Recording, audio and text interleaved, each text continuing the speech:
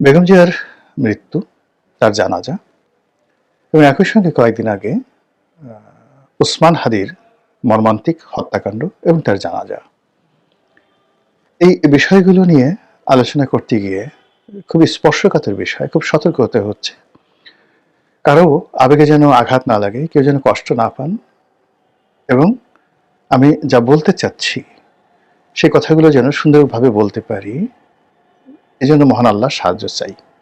রব্বি ইশরাহ লি সাদরি ওয়া ইয়াসসির লি আমরি ওয়াহলুল উকদাতাম মিন লিসানি ইয়াফকাহু কওলি। হযরত মুসা আলাইহিস সালাম যে দোয়া করেছেন আল্লাহর দরবারে, ঠিক এই একটা ক্রিটিক্যাল মোমেন্টে এই কথাগুলো বলার জন্য আল্লাহর সাহায্য চাই। প্রথমত বেগম জিয়া যখন অসুস্থ হয়ে হাসপাতালে গেলেন, আমাদের একটা বিরাট অংশ যখন যেদিন তাকে ভেন্টিলেশনে নেওয়া হলো, সেদিন তার সম্পর্কে দেশের বেশিরভাগ যারা পলিটিক্যাল অ্যানালিস্ট তারা বলার চেষ্টা করেছিলেন যে তার অবস্থা খুবই ক্রিটিক্যাল। আমি বাকিটুকু বললাম না।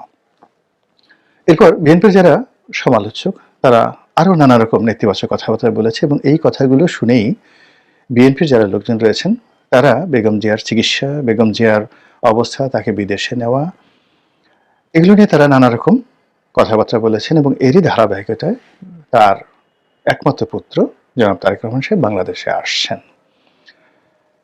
দ্বিতীয়ত যে একই সময়টাতে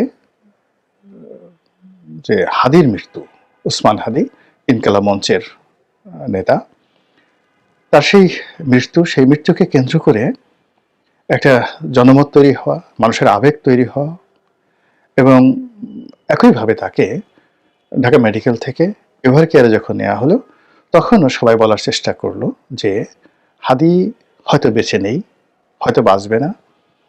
তারপর যখন তাকে সিঙ্গাপুরে নেওয়া হলো, তখন বলা হলো যে কেন এই রাষ্ট্রীয় অর্থ ব্যয় করে নেওয়া হচ্ছে মূলত আবেগ তৈরি করার জন্য, বা হাদির এই মৃত্যুকে নিয়ে মহল বিশেষ ফায়দা লোটার চেষ্টা করছে, আবেগ তৈরি করার চেষ্টা করছে, এই ধরনের কথাবার্তা হচ্ছিল।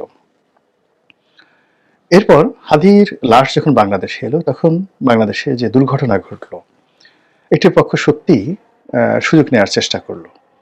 ডেইলি স্টার ভাঙা হলো, প্রথম আলোতে আগুন লাগিয়ে দেওয়া হলো, আর হাদির জানাজাতে নজিরবিহীন মানুষের উপস্থিতি ঘটল, এবং তাকে ঢাকা বিশ্ববিদ্যালয়ের কেন্দ্রীয় মসজিদের যে কবরস্থান, যেখানে কাজী নজরুল ইসলাম সহ অল্প কয়েকজন বরেণ্য ব্যক্তির মৃতদেহকে দাফন করা হয়েছে, এবং যেখানে ঢাকা বিশ্ববিদ্যালয়ের যে সিন্ডিকেট, সেই সিন্ডিকেট সিদ্ধান্ত নিয়েছে যে এখানে আর কোনো ব্যক্তির লাশ দাফন করা হবে না, এরকম সিদ্ধান্ত ছিল। তো সেই সিদ্ধান্তের ফলে যখন ডক্টর হুমায়ুন আজাদ মারা গেলেন, এবং ঢাকা বিশ্ববিদ্যালয়ের ইতিহাসে ডক্টর হুমায়ুন আজাদের যে ভূমিকা, তার যে যাকে বলা হয় কন্ট্রিবিউশন টু দ্য লিটারেচার,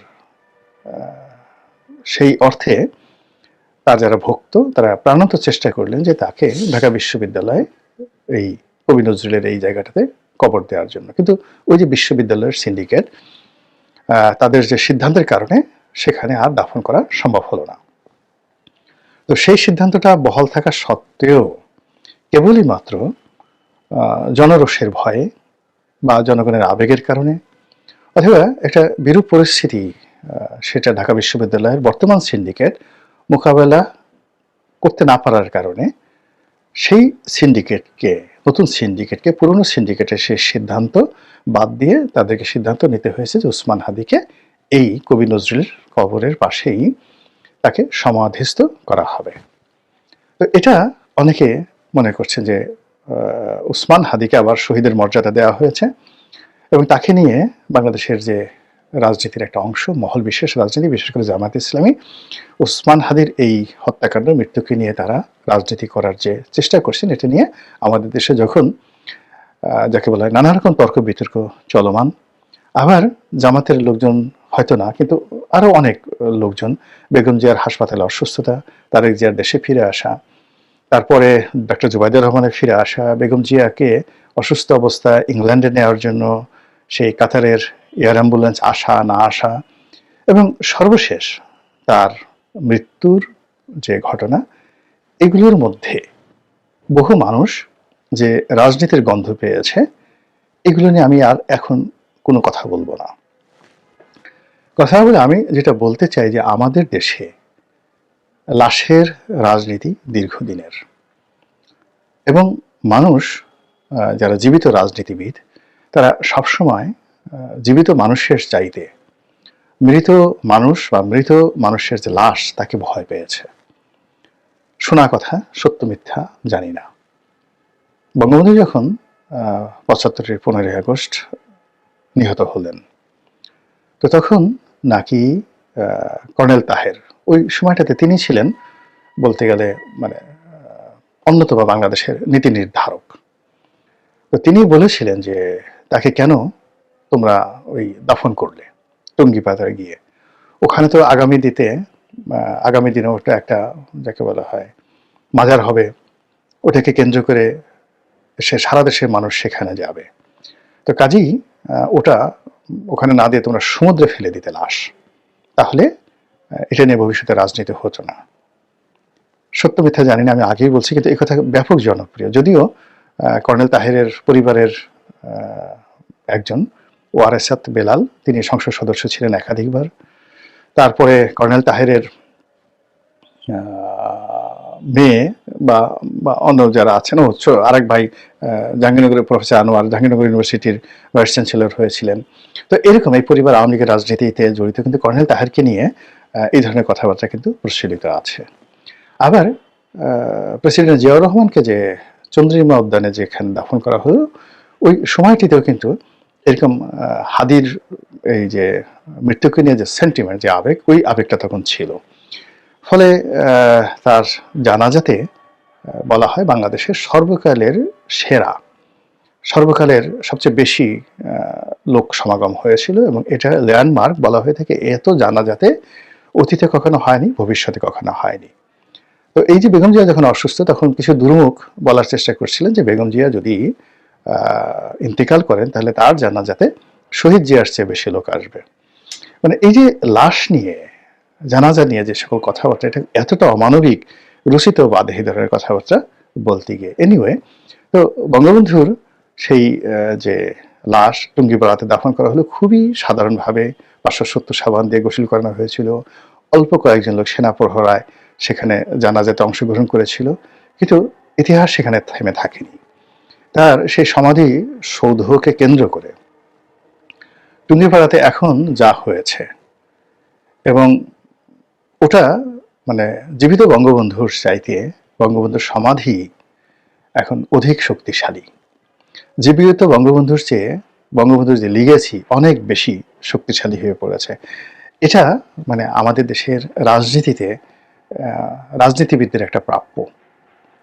রাজনীতিবিদরা যদি রাজনীতি করেন সততা নিয়ে, আন্তরিকতা নিয়ে, তাহলে তাদের লাশ পরবর্তী প্রজন্মে তাদের জীবিত দশায় তাদের চেয়ে শক্তিশালী হয়ে পড়ে।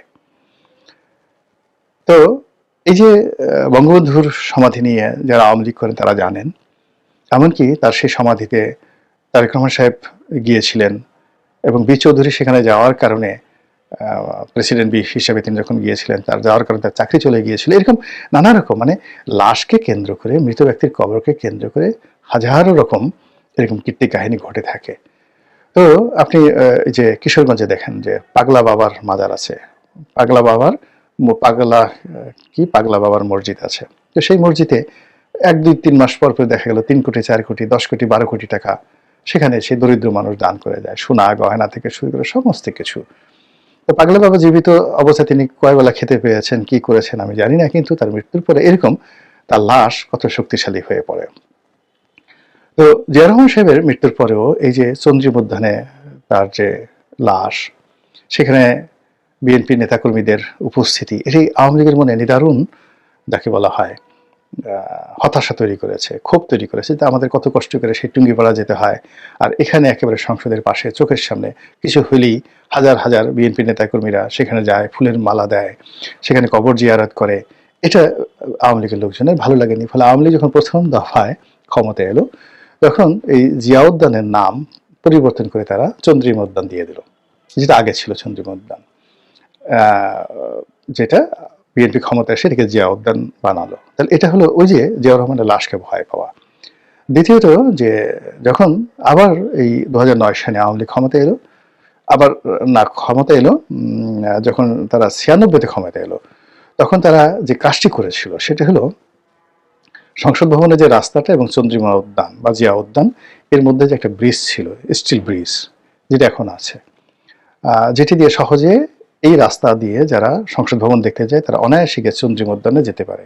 এই জিনিসটুকু আওয়ামী লীগের লোকজনের সহ্য হয় না, তারা এই ব্রিজটা সেখান থেকে সরিয়ে নিয়ে গিয়েছিল এবং এজন্য বিএনপিকে আন্দোলন করতে হয়েছে, লড়াই করতে হয়েছে, হরতাল দিতে হয়েছে। এটা হলো লাশের রাজনীতি। আর 2009 থেকে পুরো সময়টা আওয়ামী লীগ চেষ্টা করেছে যে এই কবরস্থানটি এখান থেকে সরিয়ে নিয়ে বগুড়া বা অন্য কোথায় স্থানান্তরিত করার জন্য, কিন্তু তারা লাশকে ভয় পেয়েছে, মানে প্রচন্ডভাবে তারা কিন্তু সাহস করেনি যে এই কাজটি করতে গেলে হয়তো সারা বাংলাদেশে আগুন লেগে যাবে। তো বোঝার চেষ্টা করুন, জীবিত জিয়াউর রহমানকে তারা যতটা না ভয় পেত, তার এই কবরটা তার চাইতে অনেক বেশি শক্তিশালী ছিল। এরপরে তারা সংসদে দাঁড়িয়ে নানা রকম গিবত করেছে যে এর মধ্যে কোনো লাশ নেই, কিচ্ছু নেই, এটা একটা ভুয়া জিনিস, এটাকে কেন বিএনপির এই লোকজন করছে। পার্লামেন্টের বক্তব্য শেখ সেলিম বলেছেন, স্বয়ং প্রধানমন্ত্রী শেখ হাসিনা বলেছেন। কিন্তু এত কিছু বলার পরেও জনমত এটা অ্যালাউ করেনি। মানে কেবলমাত্র বিএনপির জনমত নয়, আওয়ামী লীগের জনমতও এই বিষয়গুলো নিয়ে আওয়ামী লীগ এরকম বাড়াবাড়ি করবে, এই লাশ নিয়ে রাজনীতি করবে, এটা আসলে মানুষজন পছন্দ করেনি। যাই হোক, বেগম যে ইন্তেকাল করেছেন সেই সংসদ প্লাজাতে, সেই মানিক মিয়া ভিডিওতে তার জানাজা অনুষ্ঠিত হবে। আজকে আমি এই ভিডিও করছি মঙ্গলবার দিন সন্ধ্যার পরে, বুধবারে সেটা হবে। আশা করছি যে অনেক অনেক লোক হবে, অনেক অনেক লোক হবে এবং নতুন ইতিহাস তৈরি হবে। আমি কোনো অবস্থাতেই বলবো না ওটার চেয়ে বেশি হয়েছে কম হয়েছে, এটা বলবো না, কিন্তু বেগম জিয়ার প্রতি এই মুহূর্তে মানুষের যে আবেগ, শ্রদ্ধা, ভালোবাসা, এটা হঠাৎ করে নয়, এটা একেবারে তার কর্ম। তিনি যে মজলুম ছিলেন, তিনি যে অসহায় ছিলেন, তিনি যে দুর্বল হয়ে পড়েছিলেন, তার শত দুর্বলতা নিয়ে তিনি একবার চিৎকার করেননি, কোনো অভিযোগ করেননি। এই জন্য মানুষের আবেগ একেবারে ঢেলে পড়েছে এবং সেই আবেগ জানাজার ময়দানে আমরা দেখতে পাবো। এবং সেই জানাজা হওয়ার পরেই আমি মনে করি যে ওটা আজকের এই দিনে বললাম একদিন আগে, এরকম একটা ইতিহাস তৈরি করবে যে ইতিহাস হয়তো বহু বছর অন্য কেউ অতিক্রম করতে পারবে না। আর সবচেয়ে যে অবস্থা, যে বেগম জিয়া তিনি হয়তো জীবদ্দশায় এটা কল্পনা করেননি, সেটা হলো তাকেও সমাধিস্থ করা হচ্ছে তার স্বামীর কবরের পাশে চন্দ্রিমা উদ্যানে। এটা তিনিও কল্পনা করেননি এবং বিএনপির যারা লোকজন আছে তারাও কল্পনা করেনি। এবং আমার বিশ্বাস যে বিএনপি যদি ক্ষমতায় থাকতো, তারেক রহমান সাহেব যদি প্রধানমন্ত্রী হতেন, এই অবস্থায় বেগম জিয়া যদি ইন্তেকাল করতেন, সেক্ষেত্রে তাকে এই বর্তমান যেখানে দাফন করা হচ্ছে এটা এত সহজ ছিল না। তো কাজে দেখেন যে একটি মৃত্যু, একটি লাশ রাজনীতিতে কি ব্যাপক প্রভাব এবং প্রতিপত্তি স্থাপন করে এবং এখানে কিভাবে প্রকৃতি, কিভাবে